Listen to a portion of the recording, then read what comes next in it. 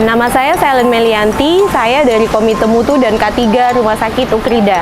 Di awal persiapan operasional ini, kami di karyawan Rumah Sakit Ukrida mempersiapkan banyak hal. Salah satunya sarana prasarana yang harus memadai untuk alur, zonasi, dan juga standar pelayanan pasien-pasien COVID. Nah, di sini kami mempersiapkan gimana alur pasien-pasien, alur untuk karyawan sebelum melakukan pelayanan, di mana harus ada ruang ganti dan ruang APD. Di awal-awal operasional ini persiapan kami memenuhi standar yang dipersyaratkan oleh WHO dan Kemkes. Gimana caranya supaya pasien-pasien Rumah Sakit Ukrida yang sedang membutuhkan layanan rawatan COVID bisa sesuai dengan standar tanpa menjadikan karyawan menjadi korban atau pasien COVID-nya juga. Jadi tantangan pertama kami sebagai karyawan itu cukup banyak. Salah satunya kami harus tahu standar COVID itu seperti apa, penyakit COVID itu seperti apa, lepas APD itu yang betul seperti apa, pemasangan APD pun harus tepat, dan tata cara cuci tangan, penggunaan APD itu wajib diketahui kami sebagai karyawan di Rumah Sakit Ukrida. Jadi itu persiapan kami menyiapkan operasional Rumah Sakit Ukrida sebagai rujukan COVID. Jadi memasuki fase operasional rumah sakit, kami diawali dengan layanan COVID, full COVID di rumah sakit kami.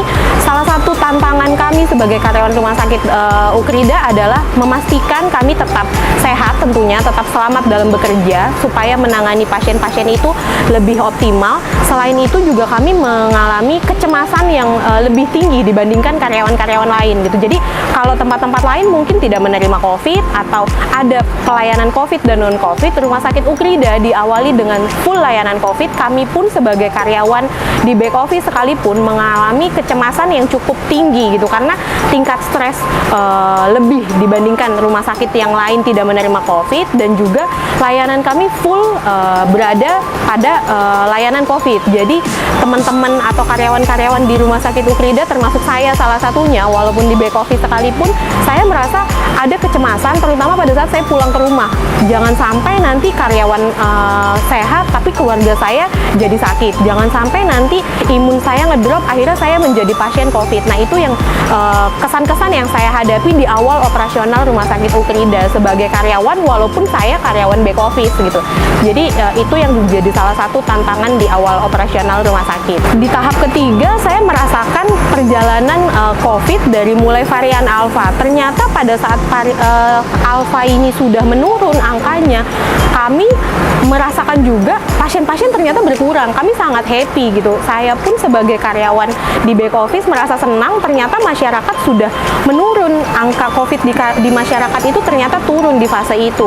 Sampai pada fasenya Ukrida menjadi sepi gitu, karena kami hanya menerima layanan COVID, dan pada saat itu angka varian Alpha berkurang atau menurun, kami membuka layanan baru melayani pasien atau masyarakat di area atau di cakupan layanan vaksinasi COVID. Nah, di awal ini vaksinasi COVID baru muncul dari pemerintah, baru himbauan yang memang dengan fokus-fokus tertentu.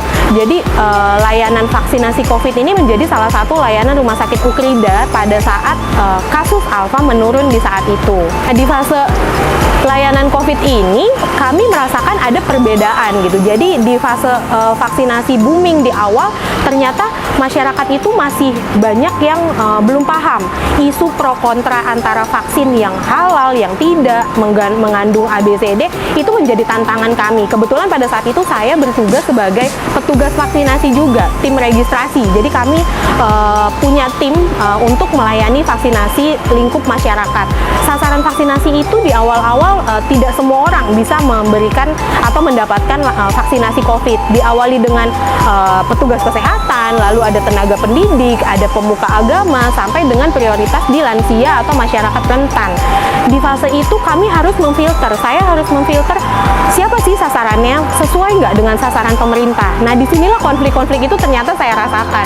Dari mulai ada konflik masyarakat datang minta vaksin padahal belum masuk sasaran, ada komplain karena dianggap Rumah Sakit Ukrida tidak mau memberikan vaksinasi, tidak mendukung program pemerintah, bahkan ada lansia yang seharusnya mendapatkan prioritas utama layanan vaksin tidak ingin mendapatkan vaksinasi karena mendengar berita-berita pro kontra dari layanan vaksin ini atau isu-isu yang beredar gitu. Banyak hoax-hoax yang ternyata ini juga jadi tantangan saya dan teman-teman di Rumah Sakit Ukrida di memberikan layanan vaksinasi kepada masyarakat. Jadi fase itu ternyata saya melihat, oh masyarakat ini masih punya ragam isu-isu yang ternyata belum tentu benar gitu. Di situ konflik-konflik memang pada saat melayani vaksin saya rasakan, dikomplain, dimarahi pasien, dimarahi guru-guru, dimarahi pemuka agama atau lansia yang memang mereka merasa ingin mendapatkan vaksin tapi kita tidak bisa berikan karena belum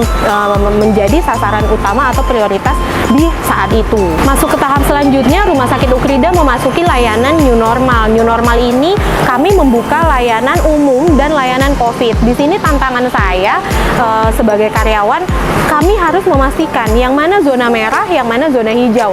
Di situ harus kuat internalisasi kami di petugas-petugas kesehatan dan tim semua karyawan Rumah Sakit Ukrida, yang mana area COVID, layanan COVID sebagai zona merah, yang mana layanan hijau area umum. Ini menjadi tantangan karena ternyata masyarakat luar itu pahamnya Ukrida dengan layanan COVID-nya, bukan layanan umumnya, belum tersosialisasi. Nah, di situ tantangan kami sebagai karyawan, saya sendiri di Mutu dan K3 melihat kita harus memastikan jangan sampai ada salah alur, jangan sampai salah pelayanan. Kalau area COVID dilayani di zona merah, kalau pasien non-COVID dilayani di zona hijau. Itu jadi tantangan berat untuk kami untuk memastikan memang dipisahkan dua layanan. Kalau di rumah sakit lain itu hanya satu layanan, tidak menerima COVID, tapi karena kami komitmen melayani keduanya, ini menjadi tantangan untuk saya, terutama di Komite Mutu dan K3.